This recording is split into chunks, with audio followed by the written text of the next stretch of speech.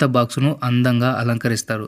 తర్వాత రోజు ఉదయం మిస్టర్ బెన్ ఇద్దరు పిల్లలను స్కూల్ దగ్గర డ్రాప్ చేయడానికి తీసుకెళ్తాడు. మే చాలా నెర్వస్గా ఉంటుంది. ఆమె గుండె చాలా వేగంగా కొట్టుకుంటూ ఉంటుంది. మిస్టర్ బెన్ నవ్వి కారులో ఒక పాట ప్లే చేస్తాడు. మే కళ్ళలో నీళ్లు తిరుగుతూ ఉంటాయి. డాడ్, నన్ను క్షమించు. నేను మిమ్మల్ని చాలా చెడ్డగా మాట్లాడాను. నాకు తెలుసు మీరు నా మంచి కోసమే ఇదంతా చేస్తున్నారు అని అంటుంది. తర్వాత మే కారు దగ్గర నెమ్మదిగా స్కూల్ వైపు నడుస్తూ ఉంటుంది. మిస్టర్ బెన్ అక్కడే కారులో కూర్చుని ఏడవడం మొదలు పెడతాడు.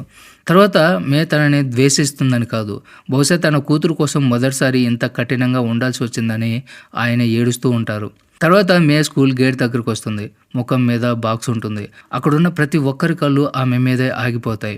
పిల్లలు గుసగుసలాడడం మొదలు పెడతారు. ఒకరేమో ఆ అమ్మాయిని బాక్స్ గర్ల్ అంటారు. ఇంకొకరు నవ్వి ఎంత సైకోన ఇది అని అంటారు. ఆ మాటలకు మే గుండె ఇంకా గట్టిగా కొట్టుకోవడం మొదలు పెడుతుంది. ఊపిరి అందదు. ఆమెకి కళ్ళు తిరుగుతున్నట్లు అనిపిస్తుంది. అంతలోనే ఎవరో ఆమె చేయి గట్టిగా పట్టుకుంటారు.